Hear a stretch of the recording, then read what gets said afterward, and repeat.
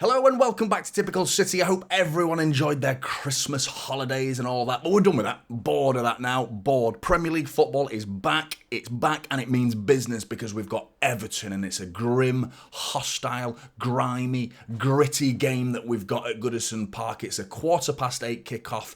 Come and join me for the watch along. That's UK time, that 8:15 kickoff. Come and join me for the watch along. It's going to be a really, really intense game. Really intense, and I'm nervous, very, very nervous about this game. In fact, I'm going to make a bold statement saying this game will define our season.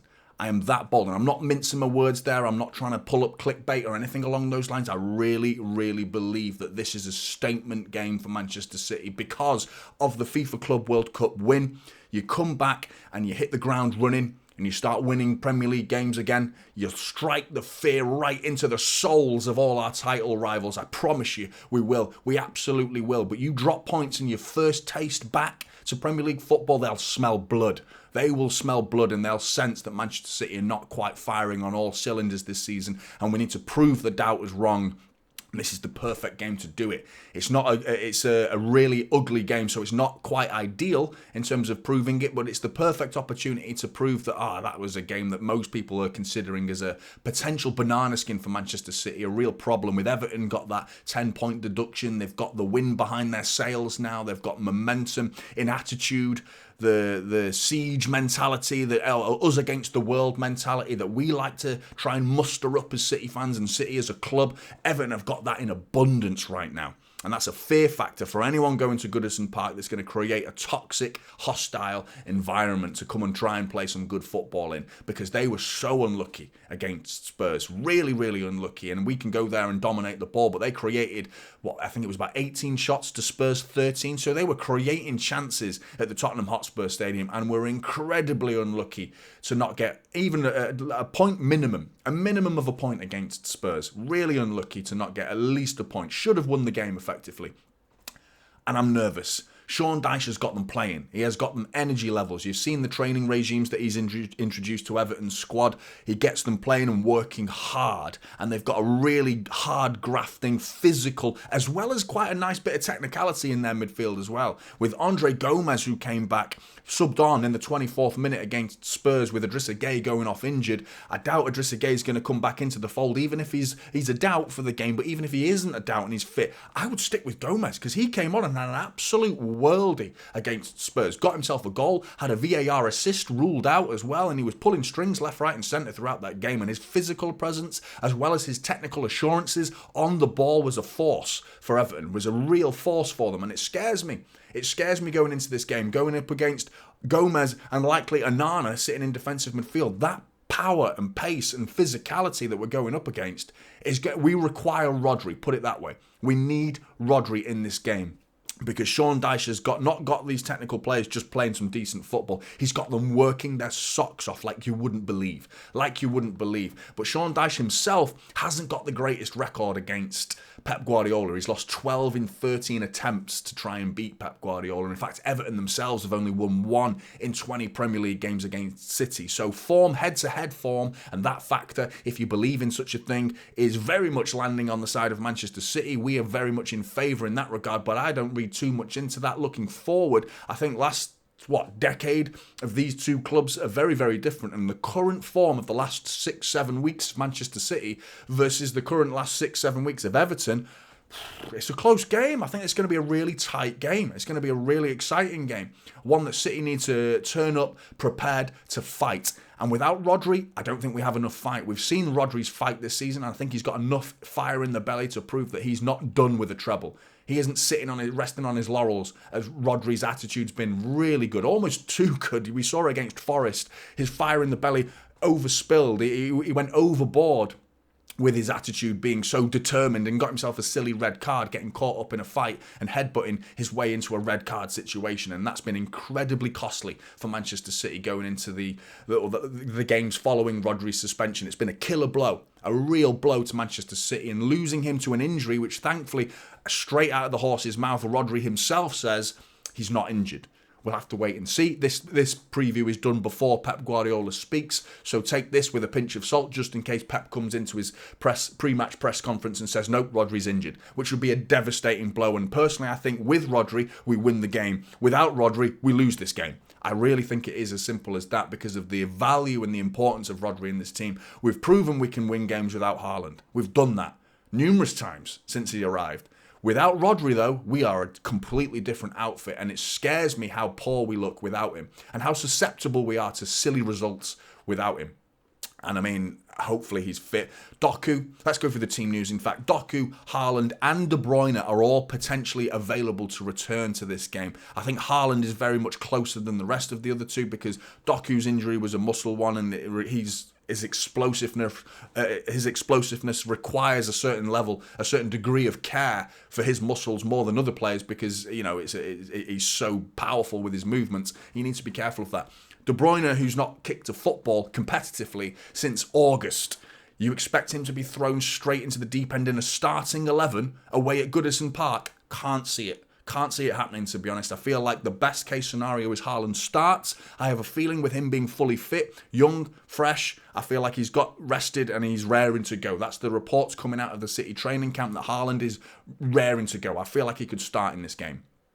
De Bruyne and Doku, on the other hand, I think it's a game too far for them. I think maybe the best case scenario is we're winning the game 2 or 3-0, 10-15 minutes to go, bring De Bruyne on, get him some minutes, get him some match practice where he doesn't have to strain. Don't bring him on when we're 2-0 down where he's got to work his socks off for the last 20 minutes and stretch muscles that he probably doesn't want to stretch. You know, we've got to wrap him in cotton wool, man. We absolutely need to protect this guy. Doku, on the other hand, I think could be thrown in potentially a little bit earlier than De Bruyne, but just sprinkle De Bruyne in a little bit, get him slowly bedded into the thing because we're talking 5 months.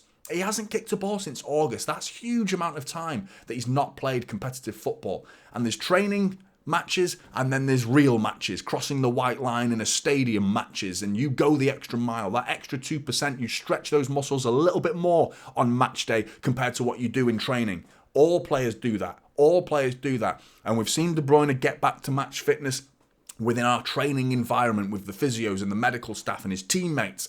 Going up against a Premier League opposition, you could test those muscles a little bit more. And throwing him in a starting 11, I don't think it's going to happen. In terms of Everton team news, they've got Dele Alli, Seamus Coleman, Ashley Young and Abdoulaye Doucouré, who's all very close to return. But going off how they played against Spurs and the starting 11 that started from the 24th minute onwards, once Andre Gomez came onto the pitch after Idrissa Gueye went off injured, that's the team I would start with. If I was Everton, that's the team I would start with because they were by far the better team for big chunks against Spurs. I know it's an injury-riddled Spurs as well, but still, they look really good and they were so unlucky not to come away with at least a point against Spurs. So let's have a quick look at my predicted starting 11 for both teams. Let's start with Everton. Pickford in goal. Pretty easy pick for Pickford. So I think he's almost guaranteed, isn't he? Nathan Patterson at right back, who's been brilliant. I think he's one to keep. I'm not sure he's quite good enough for City, but I think he's, I think Champions League clubs in the UK will be looking at this guy. Tarkowski in the middle. Alongside him will be Jared Branthwaite, who's been really good. That partnership's proven reasonably good this season for them. I think you could see Ashley Young coming in at left back, potentially. I can't see it though, because Mikhailenko has been really good for them. He offers a lot of power and pace, a lot more than Ashley Young does. Not quite got the technical, the crossing ability of Ashley Young, for example, from set pieces. Speaking of set pieces, in fact, Everton is something we need to be very, very careful of because they are the joint top goal scorers from set pieces this season. 11 goals they've got from set pieces alongside Arsenal, which is a surprise package for gathering set pieces. I would never have picked Arsenal to be getting so many set piece goals. Everton are in there too, so they've got that's what I'm talking about, the big size, physical power, and Sean Dyche loves a set piece. He's always been big on set pieces and it can win you games. It wins your game set pieces. So the fact that they're top of the set piece goal charts, we've got to be so careful of giving away sloppy, silly free kicks with the size and the power that Everton are presenting in this game. In front of them, I think you're going to see Amadou Onana. Alongside him, I would go with Gomez. I really would go with Gomez. How much he dictated that game against Spurs, I don't see why not. I really don't see why not. In front of them, I think we're going to see James Garner, who's been a little busybody, very good at high energy levels, good pressing ability. in attacking midfield. On the left, I think we're going to see Dwight McNeil. Could say the same against him. He's got an eye for goal. At the minute, he's been finishing the ball reasonably well for Everton. He's got that tenacity, the energy levels, exactly a Sean Dyche type player. And you could say the same against Jack Harrison, who's, what's he now, 28, 27? He's a bit of a late bloomer. In and out, Manchester City fans will know he's got a little bit of time at Manchester City, starting off at New York City as well in his younger days.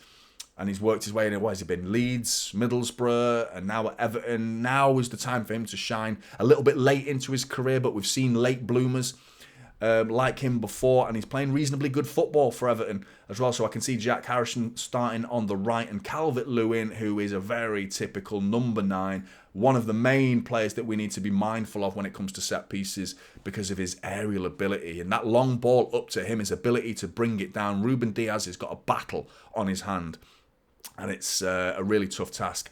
In terms of Manchester City, I'm going to go with Ederson in goal, and somewhat similar to the back line that we saw in the treble-winning phase of our last season, except I'm not going to go with Akanji. I do think Kyle Walker will play as the right centre-back in the familiar partnership, which the rest of it would be the same, with Ruben Diaz in the middle and Nathan Ake on the left. In front of them, we need that physical presence and power of Rodri and John Stones. And I'm telling you, without Rodri in this game, we lose. We lose this game without Rodri, 100%, because of his just the physical presence. You complement that with John Stones, and I feel a lot more confident going into this game with Andre Gomez and Onana sitting in midfield for them. You can combat those two with Rodri and John Stones, and you should be honest, you should be beating them with those two players. So I'm filled with confidence with those two in midfield.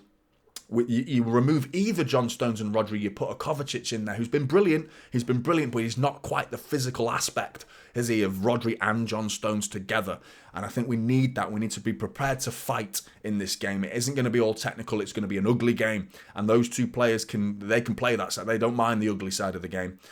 In front of them, I'll get onto that shortly because it's a conundrum for Pep Guardiola. I'm going to go with Bernardo Silva on the right, and I'm going to go with Jack Grealish, who did really well on the left during the FIFA Club World Cup.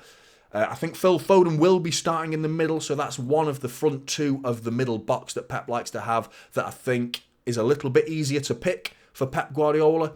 And I do think Erling Haaland starts this game. I have a hunch that he will be playing up front for Manchester City, leaving that little hole to decide what to do with. Because right now you've got Alvarez, who scored 2 goals and got an assist against what they call Fluminense in the FIFA Club World Cup final. Brilliant performance from Alvarez, but he played as a centre forward. He played as an out-and-out number 9. Well, not an out-and-out number 9. He was sort of a false 9, dropping into midfield a little bit occasionally, but there was no Haaland. So what we've been seeing this season is Alvarez playing and drifting in that Kevin De Bruyne type role, in that pocket of space behind Erling Haaland and trying to get as close to him as possible, but also offering assistance for the midfielders in the same process. It's proven to eventually be a task that's quite difficult for Alvarez. He got off to a really good start at the beginning of the season, but the last 5 or 6 games before going away to the FIFA Club World Cup, I think he dipped. His form's suffered a little bit. I would quite like to see Mateus Nunes come in and offer that role, but there's the balancing act of the goal threat of Julian Alvarez, almost a guaranteed goal threat. You aren't getting a goal threat from Nunes. And the rest of that starting 11, you've only really got Phil Foden, who's been finding the back of the net frequently enough to hang your hat on and say, yeah, that guy's going to get us goals.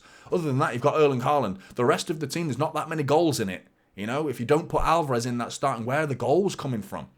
And we talk about creativity, but Alvarez can create his own chances. Nunes has been brilliant, and I think his ball-carrying ability and his physicality is something that I would like to see in this game. I think Pep's going to go with Alvarez, though. I still think he's going to go with Alvarez. I wouldn't have any objections to seeing Nunes in that team because I think it would become more of a midfield battle with Nunes in that team. I thought he's been brilliant in his last 2 games, but I just think he's going to go with Alvarez because it's a bit more tried and trusted. But seeing Nunes coming back into a Premier League game would be really, really interesting, and something that, I mean, if we can use Nunes going forward for the Premier League, taking that form that he gathered in the FIFA Club World Cup and slapping it in a Premier League season for the second half of this season, who knows what this team can do with Nunes in it? Who knows? Because he's been brilliant. I do think it's going to be Alvarez, so I'm going to pop him in alongside But that completes my predicted starting 11s for both Everton versus Manchester City. Kickoff is 8:15 UK time. Come and join me for that. I will be doing a watch along starting about 5 to 8 o'clock, something like that. Come and join me for that one. What are your predicted starting 11s? Who do you think is going to play? Doku, De Bruyne, Haaland? Do you think these guys are all going to be thrown straight into the starting 11? Get your thoughts in the comment sections below. I really want to hear your thoughts. Typical City is the channel, and I'll see you in the next one. This is typical City now, holding up silver.